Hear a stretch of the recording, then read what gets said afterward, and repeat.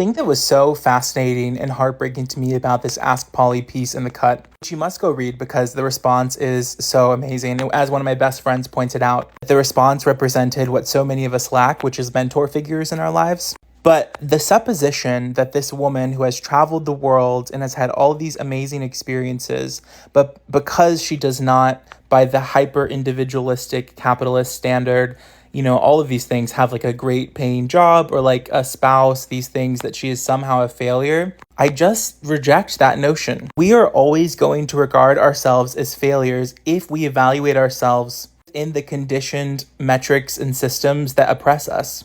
Capitalism and these systems say in order to be successful, you have to be making X out of money, you have to have a face that looks like this, you have to be buying all these skincare things, you have to be super rich, super hot, super skinny, you have to be famous, you have to be nice, you have to be quiet, you have to be loud, you have to be proud, you have to be all of these things that aren't accurate representations of who you really are. We are literally sentient animals on a planet, and we're just meant to experience life and love one another and take care of each other and be in kind community. I am so much more impressed by this woman who has spent her life experiencing and seeing the world, using her precious time on Earth to actually experience the planet she lives on. Way more impressed by that than an investment banker or a hedge fund manager or someone who has spent their entire lives accumulating capital to the exclusion and the disproportionate lack of benefit to others. All of this lady's concerns are so real, and I'm so glad she wrote this. And I don't think that it's her fault at all that she's feeling this. It's a completely logical thing.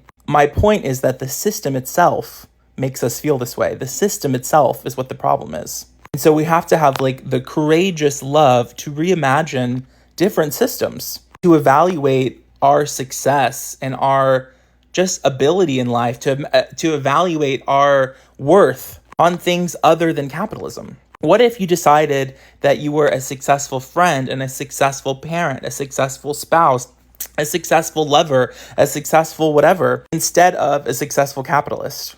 What if how much you showed up for your friends was as beneficial to you as how productive you were at work?